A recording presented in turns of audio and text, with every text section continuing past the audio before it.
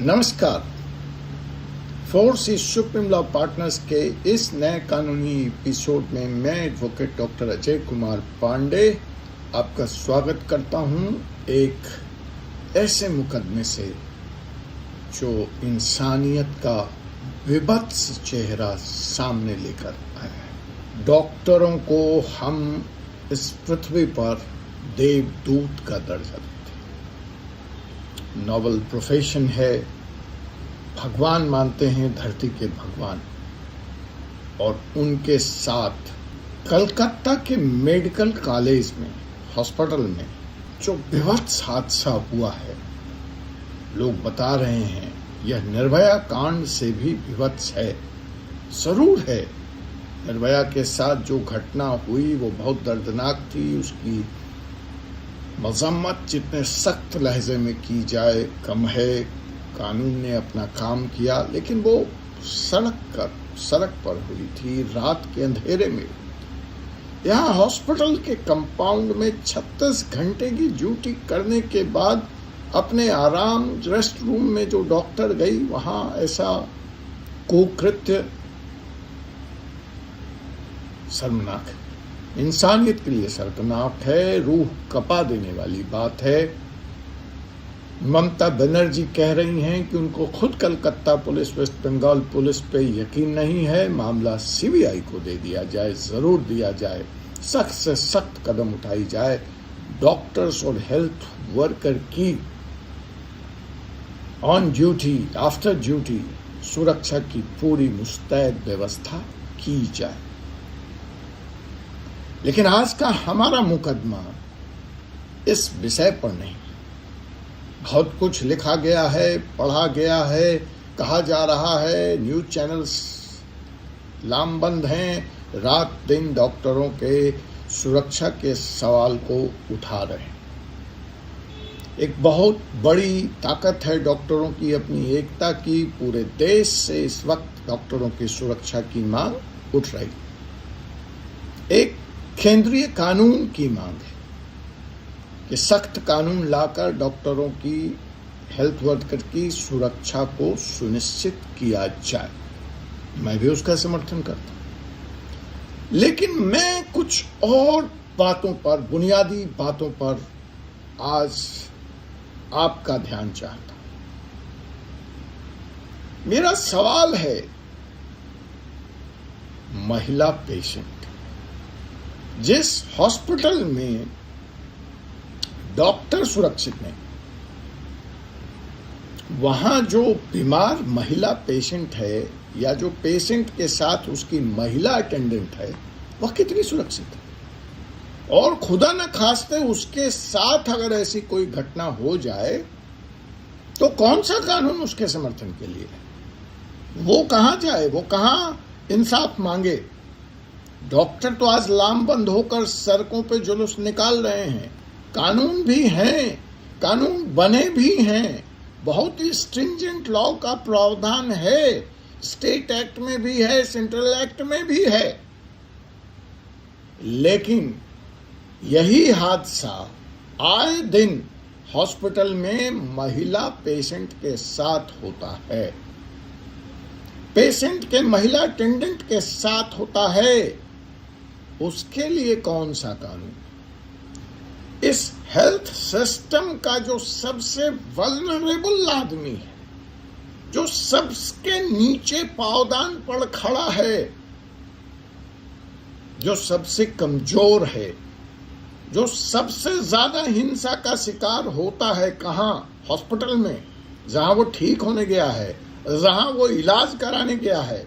और यह हिंसा फिजिकल, वर्बल, सेक्सुअल और फाइनेंशियल भी है, ओवरचार्ज्ड। उसको प्रोटेक्ट करने के लिए किसी कानून की बात इस देश में कब होगी। उसके लिए जुलूस और धरना प्रदर्शन कब निकलेगा।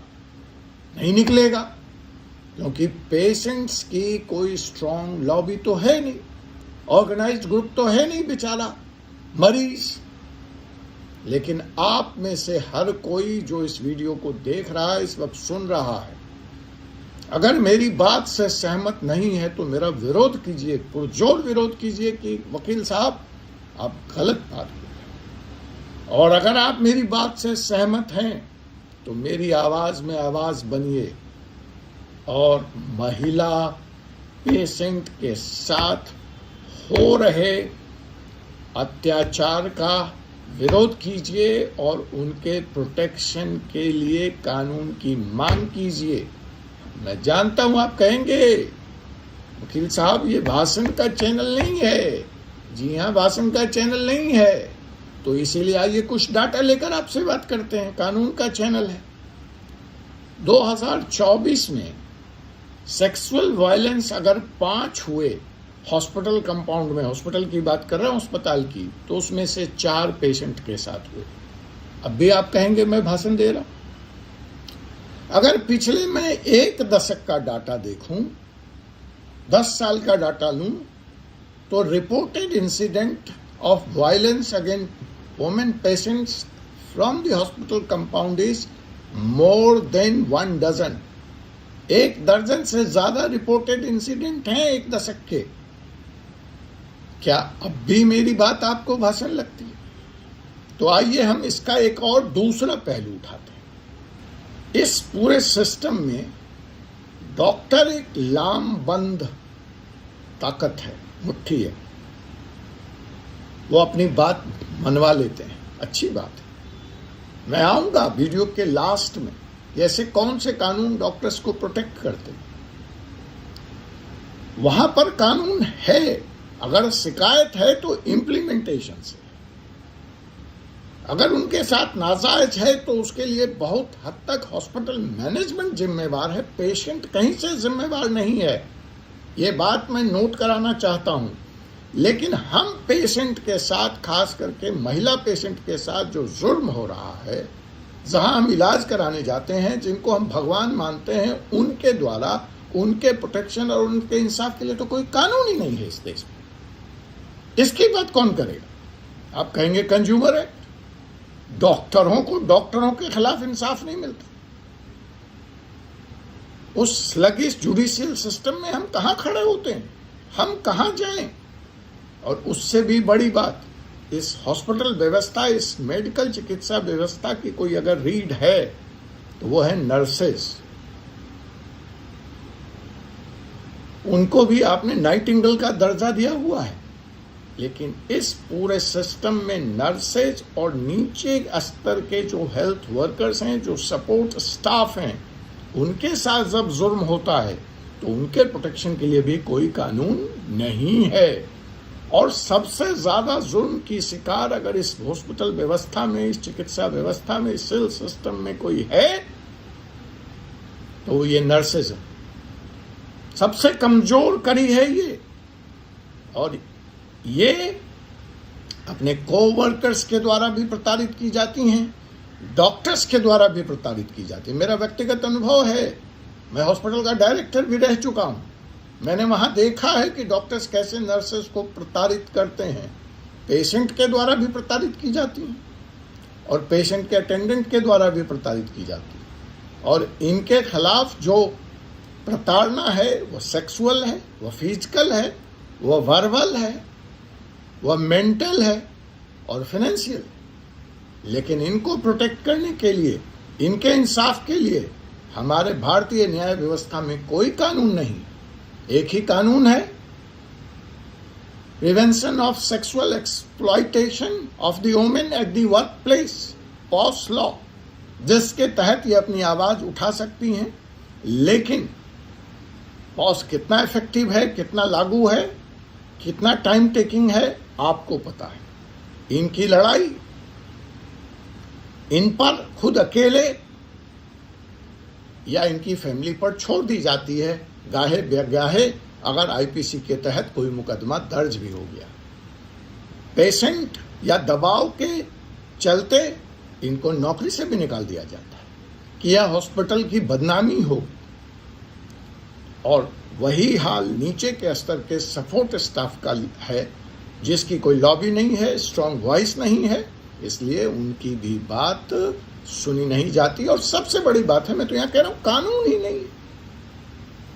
अब आप कहेंगे ये भी ख्याली बात है। जी नहीं, अगर आप कह रहे हैं ये ख्याली बात है तो मैं लिए चलता हूं आपको सूरत के अस्पताल में, जहां एक पेशेंट ने पूरा आयरन का टेबल उठाकर नर्स के सर पर दे मारा।